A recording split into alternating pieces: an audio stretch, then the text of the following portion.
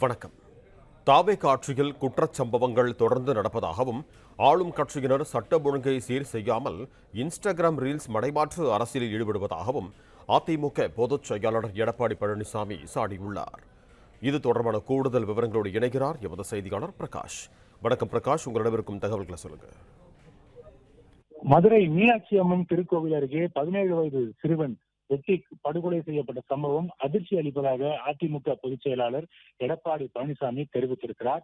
மதுரை கீழமாத்தூரில் 10ஆம் வகுப்பு மாணவிக்கு பாலியல் தொல்லை அளித்த தாவேகா நிர்வாகி கைது செய்யப்பட்டிருக்கக்கூடிய செய்தி, அதே போல தாம்பரம் அருகே கல்லூரி மாணவியை தவறான முறையில் பார்த்த தாவேகா நிர்வாகி கைது செய்யப்பட்டுள்ள செய்தி, திருவொற்றியூரில் நள்ளிரவில் மின்துறை உதவி பொறியாளர் வீட்டின் கதவை தட்டி அச்சுறுத்தி ஆளும் தாவேகாவினர் மிரட்டியதாக வரும் செய்திகள் தொடர்ச்சியாக வந்த வண்ணம் இருக்கின்றன. இந்த அரசு உடனடியாக இந்த மாதிரியான விஷயங்கள்ல நடவடிக்கை எடுக்க வேண்டும். சிறப்பான ஆட்சியை தருவேன், மாற்றம் கொண்டு வருவேன் என்று முதலமைச்சர் வசனம் பேசினார். ஆனால் ஒவ்வொரு நாளும் விலை மதிப்பற்ற உயிர்களை தமிழகம் இழந்து கொண்டிருக்கிறது. இந்த பொய்க்கால் குதிரை ஆட்சியிலும் ஏமாற்றம் தான் மிஞ்சுகிறது. ஆளும் கட்சி நிர்வாகிகளுக்கு மதுரை சம்பவத்தில் தொடர்பு இருப்பதாகவும் செய்திகள் வருவதாக எடப்பாடி பழனிசாமி பதிவிட்டிருக்கிறார். அதுபோக ஆளும் கட்சியினர் மிரட்டல் அராஜகங்களை, குறிப்பாக அரசு ஊழியர்களை அச்சுறுத்தும் போக்கு என்பது தொடர்வதாக எடப்பாடி பழனிசாமி பதிவிட்டிருக்கிறார். முந்தைய ஆட்சி போல தமிழகத்தில் இந்த ஆட்சி பொறுப்பேற்றது முதல் நடைபெற்ற பல்வேறு சம்பவங்களுக்கு எந்த பதிலும் சொல்லாமல் செய்தியாளர் சந்திப்பு நடத்த முடியாத முதலமைச்சர் தான் இப்போதும் வாய்ப்பிருக்கிறார். ட்விட்டர் மடைமாற்று அரசியலில் திமுக ஈடுபட்டது என்றால், இன்ஸ்டாகிராம் ரீல் மடைமாற்று அரசியலில் இன்றைய ஆளும் கட்சியினர் ஈடுபட்டு வருகிறார்கள்.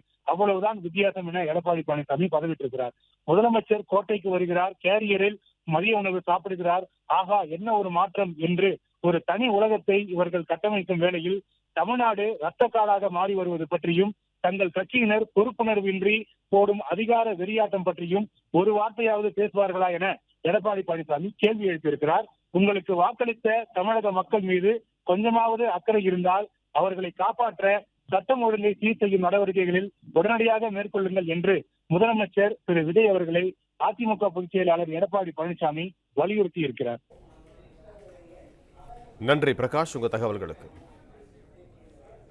பிளே ஸ்டோர் மற்றும் ஆப் ஸ்டோரில் இருந்து பாலிமர் செயலியை QR கோடு மூலம் பதிவிறக்கம் செய்யுங்கள்.